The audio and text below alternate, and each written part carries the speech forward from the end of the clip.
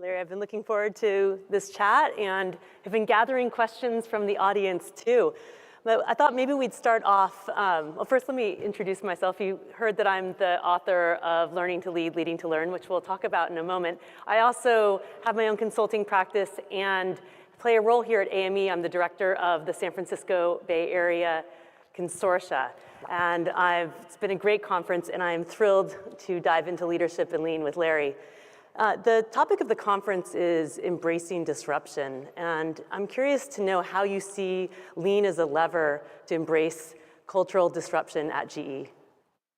Well, I'm not sure, Katie, anyone ever necessarily embraces disruption, right? Change is not something everyone relishes. But I think what we've been able to do with lean at GE, with an eye toward cultural evolution, cultural disruption, is actually change the way we work. It's one of the things I really appreciated from an academic perspective when I was between full-time jobs and when I was teaching. A lot of people talk about culture, but how do you actually change culture? You've got to change the way you work. And that's why these events early on with the senior leadership team were so instructive, because I could have gone on and on and on about the sort of culture that I envisioned for our company. But when Katahira-san got up at that very first event and asked all the operators to come to the front of the auditorium at our Greenville, South Carolina plant, and asked all of us to give them a round of applause, it spoke volumes as to how we were going to work. And that, I think, is really how we're trying to drive the cultural change. Working differently, not just talking about it. Yeah. You've mentioned Katahira-san, and I know he's been a strong coach and sensei for you. Can you talk about the importance of having a coach and a teacher to help guide you as a senior leader? Well, I think, Katie, certainly as a CEO, and this is my second time in the role, you really have to be careful about what comes to you and how it comes to you. Bad news does not typically travel fast. People can be overly deferential. However hard you try, having a coach can be an incredibly effective conduit and mirror, especially for CEOs, because you need people who will tell you when you've screwed up. Katahira-san does it through an interpreter, but I think I now understand certain concepts in Japanese that don't require interpretation. Yeah. And to see him disappointed in the pace of change at GE, which from time to time he will share with me, is invaluable. So those are the sorts of things I think, regardless of whether you're a CEO or in a different role, getting those outside perspectives are just, again, invaluable. A few things I want to dive in here first. I want to go back to the concept of bad news, but first I want to talk about, as you've gone on this lean leadership transformation of your own self, what are some of the things that you really had to shift in your own leadership approach as you were practicing and learning how to really lead in this way? Well, I would say that you don't go to the Harvard Business School to learn how to ask questions. You're asked a lot of questions, and I think you develop a certain instinct toward answering them, right? But I think many of us know, probably all of us do, that one of the true principles of lean, and something that has been part of the cultural evolution at GE, is the leader as question as opposed to answer, right? And framing that debate. One of the things that I had a chance to do when I was teaching is really understand the power of a good question, of a timely question.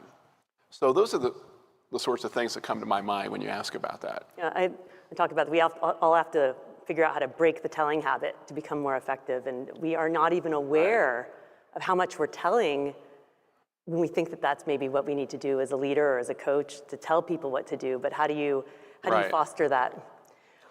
And how do you learn to listen? We're all busy, right? Now we have all this wonderful technology that has some of us working remotely. How do you really listen? How do you hear what people have said? How do you hear what they meant to say? How do you hear what they didn't say?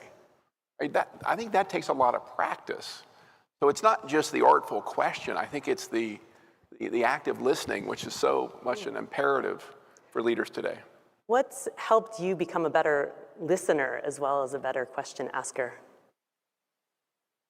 I would say simply practice with respect to questions and feedback. I had a chance to run a P&L in Danaher very early in my career. It was one of the great gifts professionally. But when you have that role for the first time, it's not as if you're looking for a lot of help, right? And that's where getting that opportunity in a lean environment, having a number of good senseis in my ear all the time, really helped me understand when I wasn't listening, or when I was perhaps hearing things but missing some of the other cues that are part of communication. Practice, Katie, practice. And feedback, having someone hold up that mirror to you. I agree. Yeah. It's so invaluable. I've heard you talk about the difference of implementing lean versus really becoming lean. I'd like to hear more about that difference for you. Sure. There were a lot of companies when I was at Danaher who would say, we want to do that too. And we've seen a number of fill-in-the-blank business systems. I'm sure there are a number of outstanding implementations. But I think we were well aware that that was really code for, we'd like to have the Danaher multiple. But do we really have to put the work in, right? And it was never about hiring a consultant, with all due respect to our friends at Shin. And it was really never simply about doing a number of events. One of the things that drives me crazy today, Larry, we've done 17 events this year. Hey, that's great. Any with impact? Seriously, right? But I think over time, what we understood was all of that's important. But if you're really going to run the business in this way, these lean principles, these tools need to be widely adopted. But most importantly, you need a leadership cadre that doesn't simply mouth the words or hire consultants, but can really walk the talk. And I think that was one of the great advantages of what we've been able to do, what they still do at Danaher, what I was a part of for 25 years. We had a senior team that was really bought into it. We grew up with it. We really knew no other way to manage. And that, I think, allowed us to perpetuate a lean enterprise over a long period of time. What would you say to other senior executives who aren't sure if they hear about lean, they want the outcomes, they want it now, they want it fast, but they're still on the fence about what that means for themselves as leaders? What are your words of advice to them? The ones at GE today or elsewhere? Both. Yeah. You can tell that you can set some direction at GE. You can't. But. Well, I think the message I have given and will continue to convey to the GE team, and I think it's applicable everywhere, you've got to go slow to go fast. I'm sure there are different views in the room. If your idea of a Kaizen is an afternoon or a couple of days, I think it's a shortcut. I don't think you have endured the pain of Tuesday afternoon or Wednesday morning, right? When you have no idea how you're going to get to Friday yet. And there's a long day, a long night ahead of you. That, I think, is the sort of experience which really crystallizes these sorts of instincts and these sorts of skills. And I'm just a big believer in leaders needing to understand that. Not that leaders can then go off and spend 20 weeks a year running events, but having a good eye for a good event, critical. Having a support system to drive that effort. But then, back to your question about questions and answers, right? How do you evolve your own approach? And it's something I've seen with the GE team, because the GE team very much, I think, grew up with an eye toward answers coming from leadership, not necessarily questions. But again, an incredibly capable team that is making that, at the individual level, really making that transition. I couldn't be more proud, but you have to invest the time. You need some feedback loops, you need a coach, but have faith, because I think there's so many examples to suggest it's within the realm of the possible. But I hear you saying they have to take it on themselves. It's not something that can be delegated. It also involves yourself as well in that role. Sure, because how many of us have been a part of the Flavor of the Day program somewhere, right? Where the CEO's got a great idea, maybe they've gone to an AME event, they have religion that day, but then something else comes up. But they hired the consultant, they've had a couple of events, you know what I call that fake lean.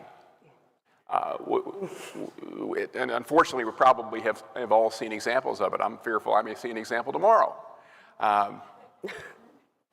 But you got to call it out, right? You've got to have an eye for it. You've got to have the fortitude to call it out, not in a what the heck are you doing sort of way, but how about maybe a different approach?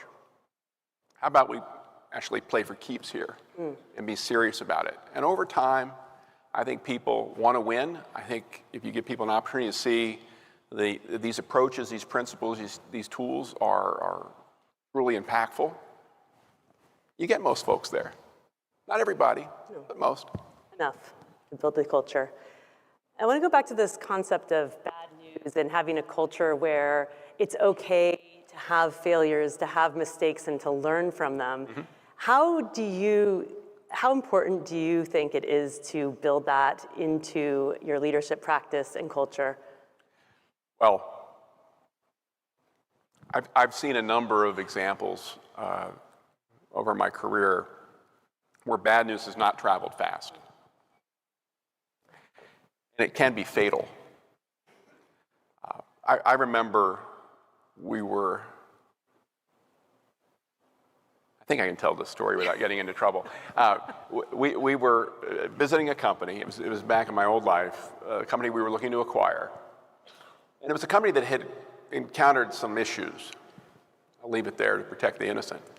I remember vividly somebody saying during the course of due diligence, we no longer talk about bad news. It has been deemed bad for morale. At that very moment, I said to myself, we should buy this company. Great bones, obviously up on the rocks, but if that's been the mindset, this company can be turned around, right? Because we'll let the bad news in, we'll deal with that reality, we'll work those problems, and over time, people will see what has been historically so strong about this business and continues to this day, right? So how did you start fostering that environment that made it okay to share maybe the imperfections or the challenges, the mistakes? Katie, I think it's largely about how you deal with bad news, right? I can encourage all of you to come to me if we were working together. I want to hear the bad news. I want to hear it fast. Probably not going to happen, right? But a week or two will pass. Somebody will have some issue, and that will be the moment of truth, right? Do you shoot the messenger? Or do you listen, even if you are unhappy? And do you then go into problem-solving mode, right? Both to contain and to deal with root cause. That's a lot easier said than done. But I had a wonderful opportunity early in my time at GE where I think there was a perception the messengers were, if not shot, dealt with otherwise. Where I had a sense that there was bad news brewing. I could see somebody almost trembling. And we had a great conversation. He had the confidence, the fortitude, the trust to bring it forward. We had a really good discussion about it, painful for all of us. We ultimately, I think, dealt with the issue, but it was the beginning for us, at least for the broader team, to see I could walk that talk. I could handle bad news. I would not shoot messengers. Now, I don't think we've completely turned that at GE. I'm not sure we ever necessarily achieved perfection in that regard at Danaher, but any of us, again, it's not a CEO thing, any of us have the opportunity to create that environment where people want to bring forward an issue and know they're going to get help. They won't be chastised. Because if you don't do that, these things submarine on you, and the next thing you know, something really bad is going to happen. Yeah. It's the foundation and the critical factor that makes all the learning possible. And it's actually, I want to transition to what you've learned from my books. This is such a foundation of Mr. Yoshino's experiences at Toyota, and what it made so successful is their willingness to embrace mistakes and failure as a source of learning. And I think that that's often something that's so missed in organizations. Right. And I was so honored to hear that you read my book and loved it, and I'd love to hear more of what was a key takeaway for you from this? You all probably think we've set you up here on this, and I promise this is not the case. We do a quarterly session right after earnings. We'll do this next Wednesday, where we basically do a GE-wide broadcast.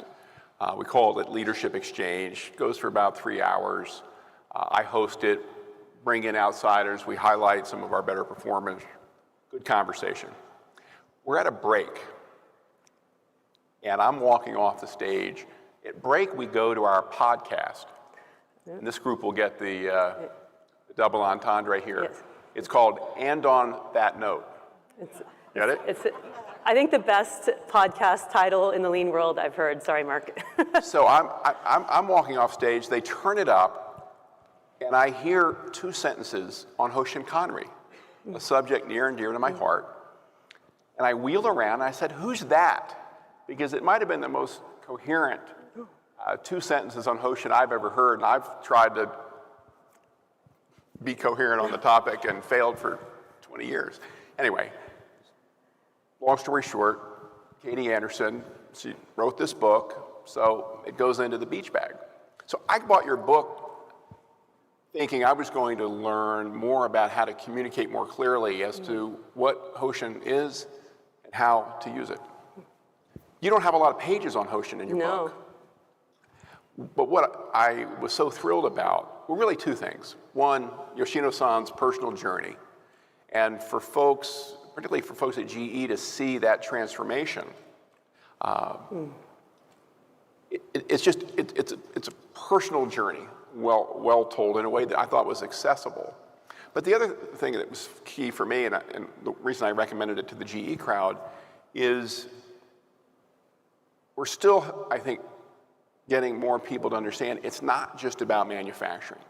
Yes, that's where it starts. Yes, that's the best place to learn it because you can touch it, you can feel it, you can hear it, you can smell it. But it is applicable everywhere. And I thought your book really talked about lean, not through that manufacturing lens, but again, more broadly. So it was really for those 2 reasons, complete surprises, that had me suggesting your book, and not knowing, I promise, not knowing we'd be together here at AME. It all came together. And that was my great honor and privilege to get to know Sal Yoshino, who was a 40-year Toyota leader who was part of helping take Toyota from a more manufacturing process side, the Toyota production system, to really creating what we now know as the Toyota Way, which is the Toyota management system. And so that journey as well. So thank you, and I appreciate that. Thank you. One of the foundations of lean that we all know is the concept of go to gemba, go to the place the work happens, and I've heard you talk about the importance of going to see for you personally. And I have twofold for you. When you go out to any of your frontline areas, what's your intention as a leader?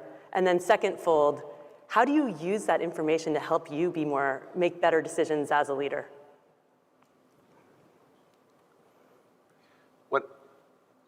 when I go to Gemba, what I really am trying to do is assess probably two things fundamentally. One, the state of the lean transformation of that area. Something that I'm sure many of us do, and I'm sure many of you do it better than I do. But also I'm trying to assess how strong the leadership is with respect to those core principles. And there are all sorts of cues, right, that help me understand just how well understood and how deeply embedded the principles are, as opposed to cosmetic, fake lean efforts. And you don't really have to ask too many great questions. A couple of good ones. Having been in a lot of places over time to get there. As CEO of a portfolio in the way that I was at Danaher in running GE today, a company much bigger than Danaher, those trips to Gemba aren't necessarily all of the pieces to the puzzle that I need to solve for. It's in many respects an unrepresentative data set, but it's all I got, right? So I try to do that in a factory, in a lab, at a customer site, so that I'm collecting as many of those puzzle pieces as I can, connecting them as best I can, knowing that it's an incomplete picture, but it beats the heck out of somebody sending me a PowerPoint deck, right? It beats the heck out of a consultant walking me through a presentation to give me their version. I'm sure people manage that way. I'm sure many quite successfully. I have no idea. I have no ability to do that, and frankly, no interest. Because being at Gemba is not only instructive in those ways, it's fun. I had a 3-hour flight 2 weeks ago from the West Coast into Cincinnati to be with the team. I'm on fumes. A few hours later after that breakout, or that report out, I was on fire. I was on fire because I'm feeding off their energy, their momentum. And that's just, I think, the way you want it to work. Yeah, and nothing lights me up more, too, than seeing people being able to tackle and solve meaningful problems and to be part of that as well. You know, if we take a look, too, at some of the other key things that you have learned from your sensei or in going to Japan, what are some of those other practices that you, besides asking questions and listening, which I believe is the foundation, that you've really taken forward to be more impactful as a leader, even growing to where you are now? Well, there's a lot that comes to mind, Katie, when you ask that. I would just go back to maybe the Greenville vignette for a moment. Katahira-san consistently, at the beginning of a Kaizen week, at the end of a Kaizen week, and all throughout, focuses on the operator. And it really comes down to his appreciation for the expertise of the people closest to the work and his respect for the people doing the work. Again, easy things to say, but at every turn, I just, whenever I'm with him, appreciate how far I need to go still in both of those areas. It's also something that I hope other GE leaders see, because he means it. It's just that is the intensity around respect for people that he brings. The other is just, frankly, his attention to detail, his sense of urgency. He just has such outsized expectations for what we can get done in a week that he's constantly, and Katahira-san's now in his 70s, pushing us, moving us. He's hard to keep up with. But at the same time, I remember we were we were in Wales. We had some of the pictures from, I think it was Wales. We were on our way to dinner. I went into the men's room. He's bent over, picking up a used paper towel. I don't think that was his. He's at a client's men's room on the way to dinner. He's taking the time to clean the floor. You see that, it just, it puts everything in perspective as to what that sort of leadership model represents. Absolutely. I lived in Japan for 2 years, and one of the things I was really struck by was people's respect for each other, the respect for the environment and the community, regardless of what your positional status was of working together. And that's, go back to some of the books. I remember as a very young man, one of the things that Carolina would do, you can't do it so much anymore given how fast basketball is. But if you watch the old tapes at Carolina, when somebody, typically an All-American, would score, they'd point. And today you point to heaven or you point to yourself. Back in the day, Michael Jordan, Sam Worthy, those guys would point to the player who passed them the ball. Right? That's the person who really should get the credit. The crowd's going crazy. They're pointing to the passer, not themselves who scored. That's a sort of selflessness, I think, that links a lot of these ideas and enterprises over time. Absolutely. Then the core sort of trifold purpose of a leader that I talk about in my book is that you set the direction. Where do we need to go? Those seemingly impossible goals that your sensei sets, but then providing the support and the connections for people to do it and improve yourself. Exactly. So going to about setting direction, and let's go back to the topic of Hoshin Kanri, and that is one of the most important things for senior leaders to be doing, is setting the direction, providing those connections. What was it that really struck you about what I said about Hoshin, and how does that connect with sort of your approach? Katie, I think it was the emphasis on cross-functional collaboration. I'm sure all of you are Hoshin experts, but let's all remember that first time we saw an X matrix, right? Probably we're temporarily paralyzed. It's not necessarily intuitive.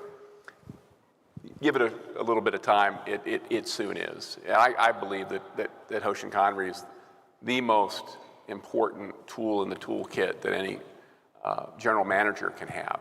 I believe that strongly. I think what you do a very nice job of, and what you did on the podcast, is underscore that really only works in that cross-functional collaboration. That it can and should be a catalyst for working that way. And that's been one of the biggest points of emphasis for us at GE Aerospace. Tremendous capability, but over time what we've developed are very strong functions. Nothing wrong with that, but you don't win function by function by function. You win, right, on an enterprise level. No customers ever come to us because of this function or that function. They come to us because of all of the functions. How do we really make them come together? Yes. And Hoshin's been a strong catalyst for that. And let me tell you, when that team is sitting around the table really in deep Hoshin mode and the fur flies, it's magical. Because we're really doing better work than we would do in our functional silos. It takes a while for that to really root in deeply, but given what I've seen, I throw that out a couple of years again. I don't want to get into the stock price, but I just feel really good about what our team is capable of. That's great. And how do you start making those connections? And if you just have it as a tool, it's all not going to go so far. It's about the conversations that happen across it. Month in, month out. Month in, month out. And I tried to share with the GE team that this may be awkward, and it has been awkward for some of our businesses. Again, let's go slow to go fast. I promise you by the end of the year, when we have several reps behind us, we'll look back, we'll see how silly we were to have signed up for some things, how badly we understated what was possible in other areas, and we'll reset it, and we'll rinse and repeat. And you do that over time, the power of compounding really takes effect. You mentioned the word feeling awkward, and I think that that's one of the things I have observed with all the leaders I work with, and my own experience too, that learning something new is awkward. There's struggle in it. And how do you help manage your own sense of awkwardness as a leader who's supposed to, be leading this team, but still knowing that you're doing things differently and have opportunity to learn? Well, Katie, I've never felt awkward. No. Let's just clear that up. Clear that up right now. I think that I don't know if it's being in the role a second time. I don't know if it's being an outsider. I don't know if it's having acquired a certain age.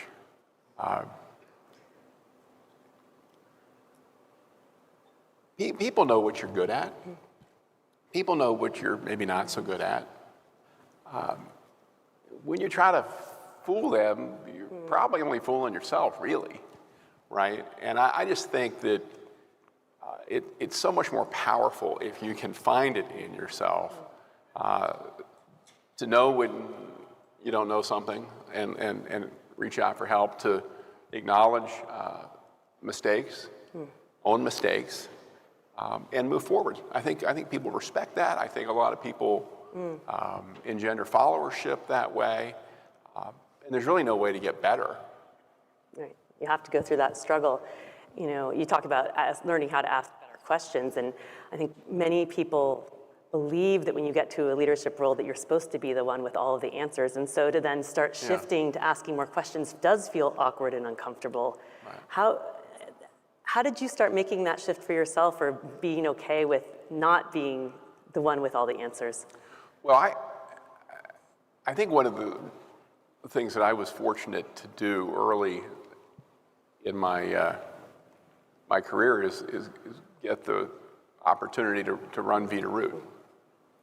I knew that I didn't have all the answers, right? So in a way, it was humility born of a sense of survival. And the good news was we had an outstanding team. Dick Lucas, our engineering leader, phenomenal.